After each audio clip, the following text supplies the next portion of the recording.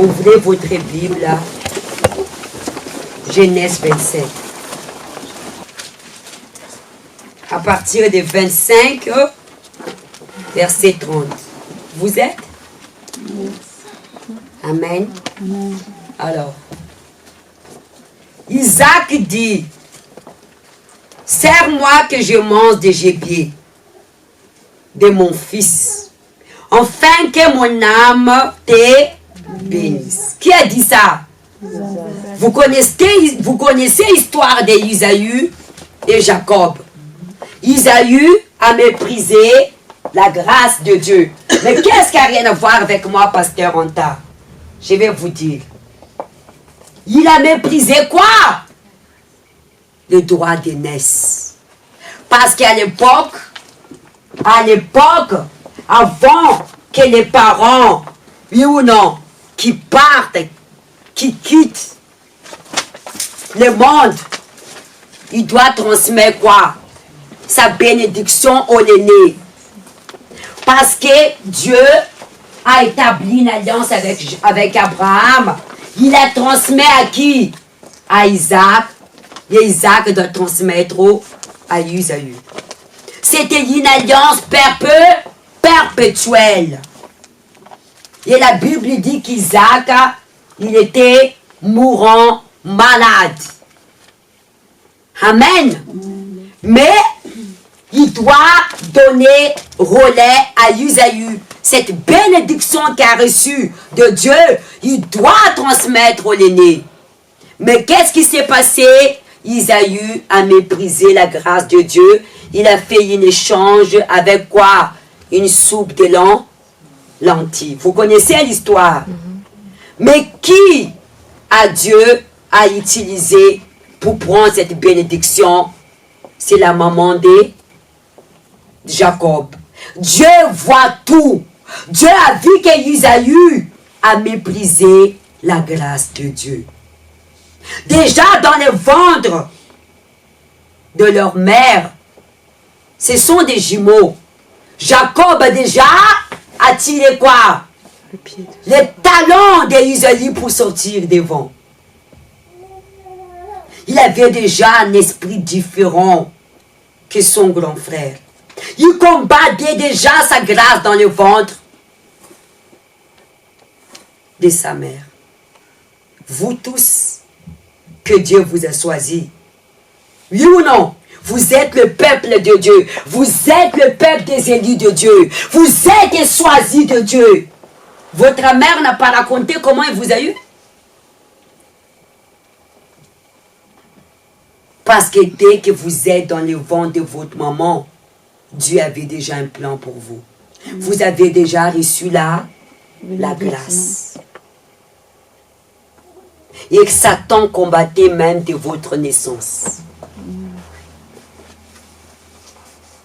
Vous savez, Dieu sait tout, Dieu ne sait pas tout. Dieu sait tout, Dieu ne sait pas tout. Dieu savait que la bénédiction doit être Jacob. C'est Dieu qui a établi la loi. Vous voyez que même la loi que Dieu établit, lui-même, il serait respecte. Que la bénédiction doit être transmise à qui? À Isaü. Cela veut dire Isaü était prêt à recevoir cette bénédiction. Ce qui n'est pas à toi, tu n'es pas prêt à recevoir. Vous êtes là, vous luttez pour vos vies sentimentales. Mais quand ce n'est pas encore le temps de Dieu, vous méprisez la grâce.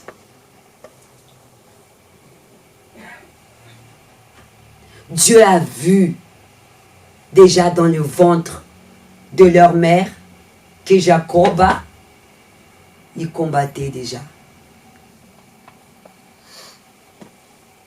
Mais comme c'est Dieu qui a établi son loi, Dieu lui-même, il respecte sa parole. Pour moi, la grâce n'était pas donnée à Isaü. Parce que si ça a été Isaü, pourquoi la mépriser? Mais quand même, c'était l'opportunité pour lui. Il y a des personnes, ils ne sont pas prêtes à recevoir la grâce. Mais Dieu, il fait des exceptions à travers sa foi.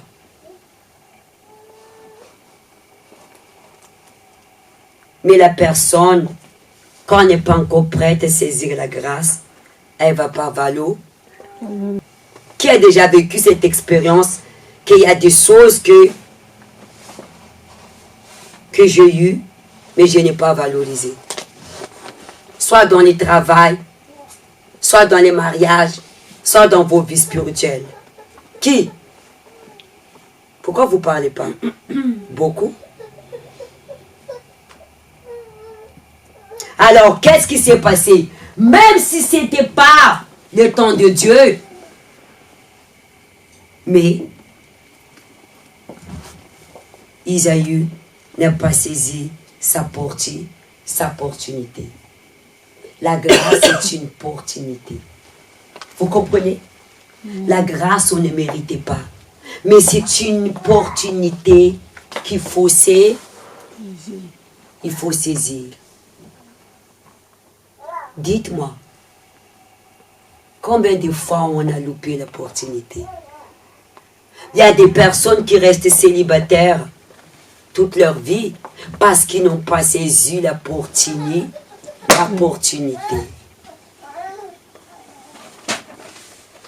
Eux-mêmes, ils détruisent leur mariage avec leurs propres mains. Amen. Amen. Mais en même temps, ce n'est pas leur faute. Ils n'étaient pas encore prêts à recevoir. Dans la vie, chaque chose a son temps. Amen. On lit la suite. Alors, ça s'arrêtait au 26. 25. Isaac dit, serre-moi que je mange des gibiers de mon fils, afin que mon âme te bénisse, Jacob.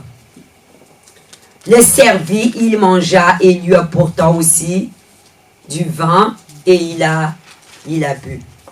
Alors Isaac, son père, lui dit, approche donc et baisez-moi mon fils. Baisez-moi mon fils. Et baiser, c'est quoi? Sur le front. Jacob s'approcha et les baisa. Isaac sentit l'odeur, ses vêtements, puis il bénit. Et dit, voici l'odeur de mon fils. Regardez la maman, comment elle ruse. Qu'est-ce que la maman a mis sur Jacob? Hein? Les peaux de bêtes. Parce que Isaïe et Jacob, ils étaient différents. Isaïe avait des peaux poilures.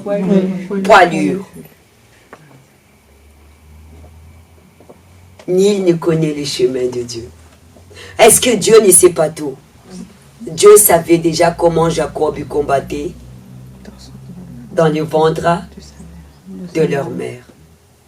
Dieu a vu comment vous étiez survécu. Il y a certains de vous à lutter pour survivre. Satan ne veut même pas que vous soyez nés. Moi, quand j'étais un enfant, j'ai failli mourir. Satan voit tout. Amen. Amen. Qui ici qui est pasteur, j'ai failli mourir dans le ventre de ma mère? Les diables, ils voyaient quoi? La grâce. Mais pourquoi l'enfant combattait? Quand Dieu, il vous a choisi, il met déjà un esprit de combat dès que tu es bébé. L'enfant est révolté. L'enfant ressent tout. Oui. Vous savez, il y a des bébés qui, l'esprit de Dieu est en eux, à l'intérieur. Ou vous ne savez pas. Amen. Amen. Amen. Alors on continue à lire. On s'est arrêté où? 27. Jacob s'approcha et les baisa Isaac, qui sentit l'odeur de ses vêtements. Et puis il est béni. Il dit, voici l'odeur de mon fils comme l'odeur d'un champ que l'Éternel a béni. Que Dieu te donne de la rosée du ciel. Waouh! C'est quoi la rosée du ciel? La bénédiction du ciel qui vient de Dieu. Et de la graisse de la terre. C'est quoi la graisse? Et regardez, la prospérité. Du blé et du vin en abondance. Que tes peuples soient soumis. Et que les nations prosternent devant toi. Sois le maître de tes frères. Et que les fils de ta mère prosternent devant toi. Les fils de ta mère, ils prosternent devant toi. Ici, dans le sens physique, il parle des fils de sa propre mère. Mais ici, dans le sens spirituel, il parle de l'Église. La mère, c'est l'Église. Les fils, les enfants de Dieu, le peuple doit servir qui? Jacob. Qui t'est pro? Les fils de ta mère. Amen. Amen. Maudit soit quiconque qui te maudira. Et béni soit quiconque te bénira. Fermez la Bible. Quel est le message? Souvent, la personne, elle est mariée.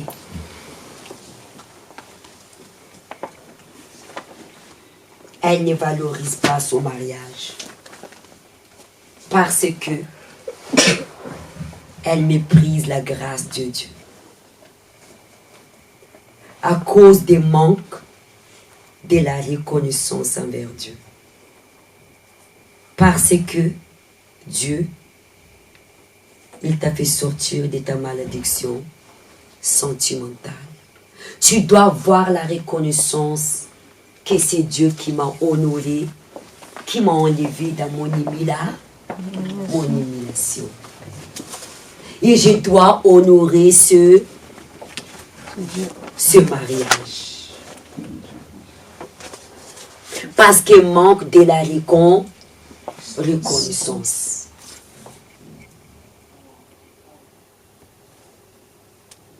Ne perds pas la grâce qui est venue dans ma tête. Parce que tu as assez souffert. Pour arriver là. Dieu a enlevé de ton humiliation. Dieu a attendu tes pleurs. Tes quoi? Tes cris. Il t'a honoré. Amen. Le mariage, ce n'est pas un gâteau tout prêt.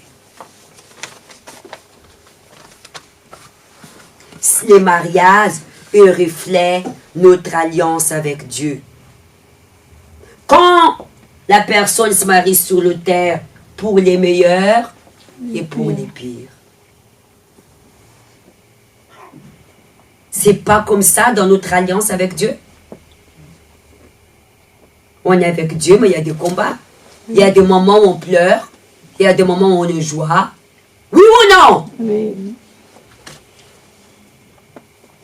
Tu oublies ton engagement que tu as fait sur l'autel de Dieu. C'est Dieu que tu dois honorer.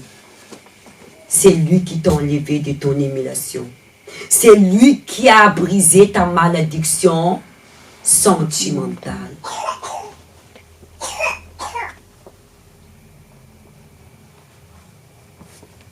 Amen. Saisis la grâce d'être marié.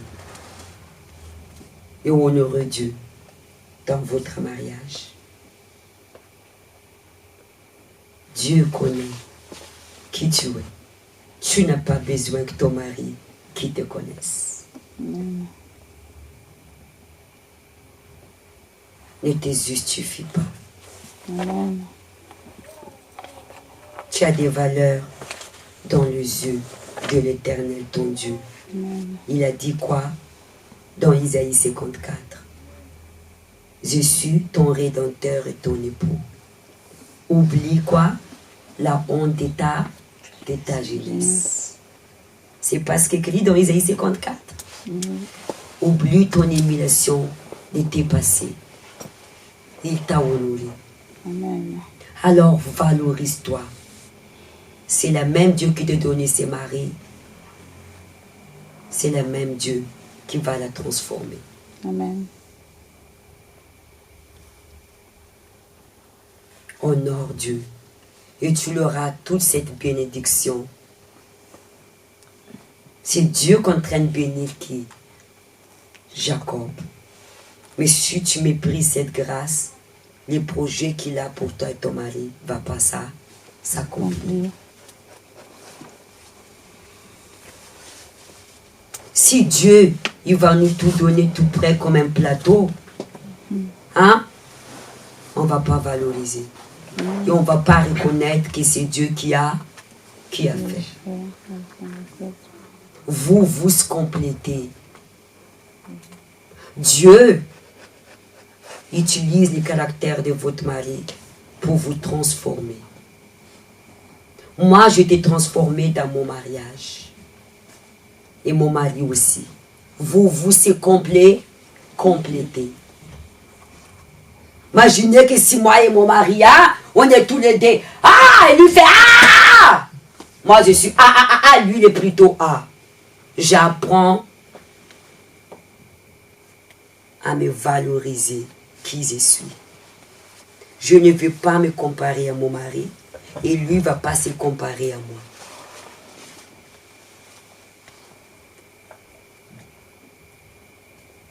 Si vous ne voulez pas avoir des divisions dans vos mariages, apprends à te connaître toi d'abord.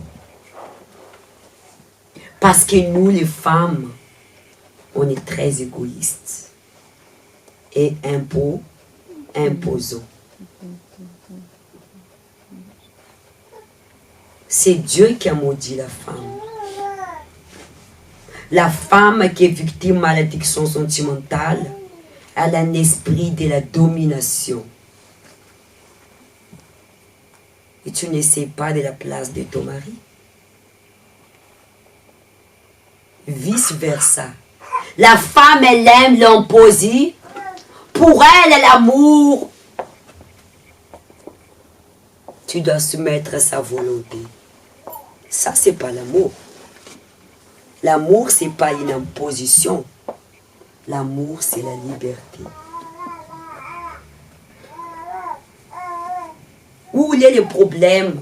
L'importance que ton mari, il t'accepte tel que tu es. Et toi, tu dois accepter tel qu'il est. Laissez la place de Dieu. Où est la place de Dieu? Dans le mariage, il y a 3 fils. Toi, Dieu et qui ton mari. Dieu il doit être au milieu, au centre.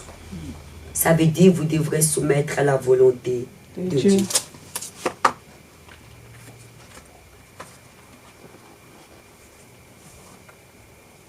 La femme, il y a beaucoup de conflits à l'intérieur d'elle. Quand on ne fait pas ce qu'on demande, elle est capricieuse, boudeuse. Vous souffrez vous-même.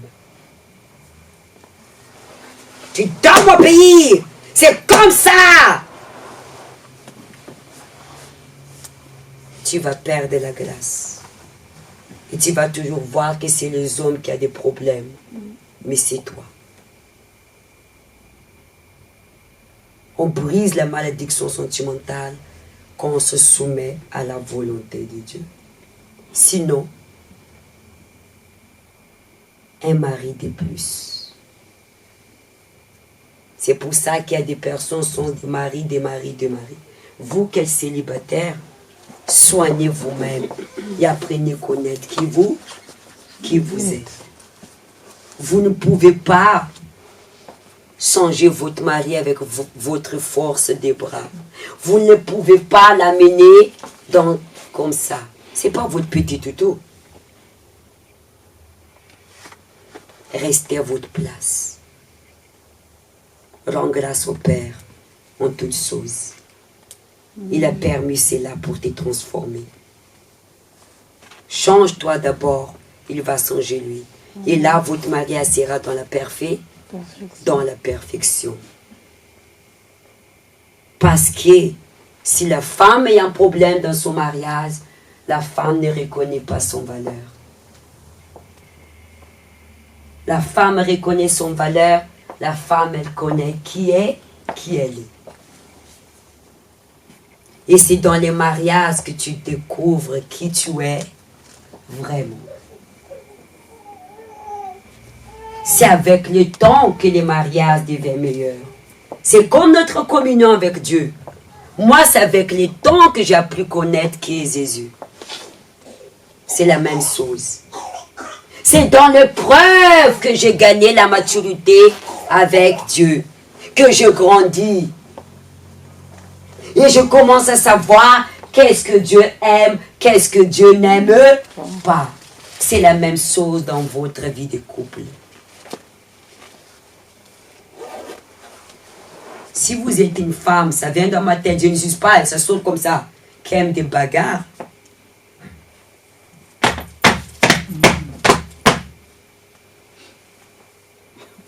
Tape-moi. Vas-y. Tu es une femme. Pasteur, je me reconnais dedans. Tu ne te valorises pas. Tu ne connais pas ta valeur. Prenez soin de vous, ceux qui sont seuls encore. Apprenez à connaître vous-même. Cette réunion, c'est apprendre à connaître nous-mêmes et de m'instruire pour mon bonheur de ma vie sentimentale, pour demain. Réparer les erreurs. Apprenez à connaître. Et les moments, Dieu sait les moments quand il va vous bénir. Amen. Amen.